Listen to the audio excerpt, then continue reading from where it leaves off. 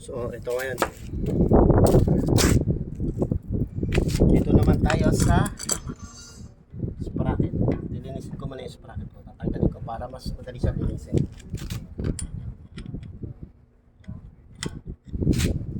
So, ito kailangan mo ng pampigil.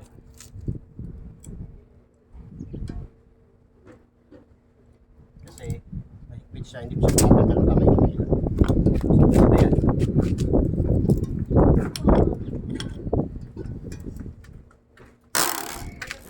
Sir.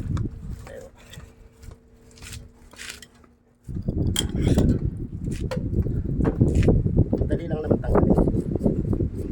Mas madali kasi yung linisin pagka ganito. So ito,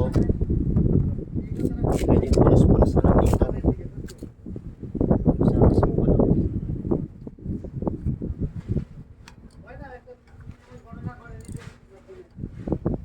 Okay.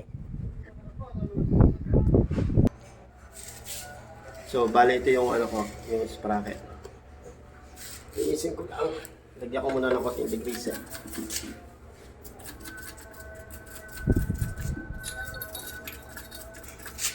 At dito ako sa may banyo.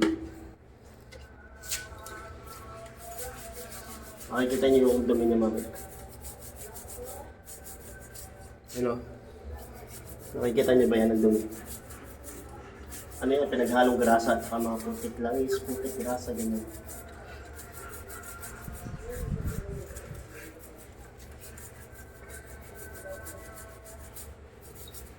Mamaya pag natapos yung malinis, maganda na yan. Mukha na ulit siyang bago. Buti na lang meron degreaser na ganito.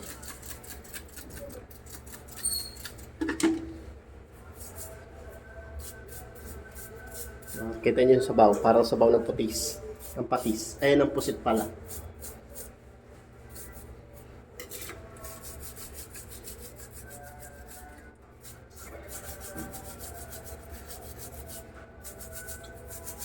Mas madaling maglinis.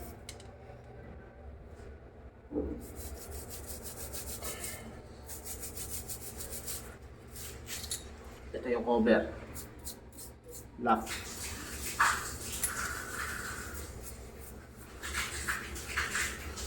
Kumpara doon sa nakakabit sa gulong, mas madali kong gawin.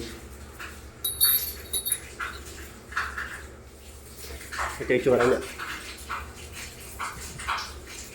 O, diba? Puting hugas na lang ito. Malinis na.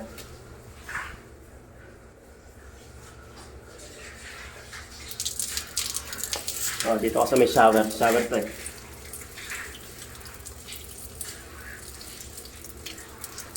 Nababasa ako. Wait lang. Lipat tayo dito sa kabila. Lagyan natin ng konting sabon.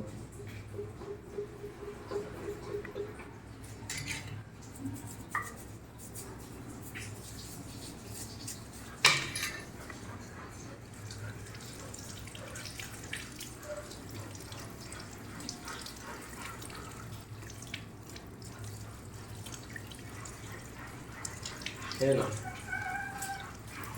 Malinis na. Pupulasan na lang para mawala yung itim-itim na konti. Diba? Para pa rin siyang bago. Okay. See you later.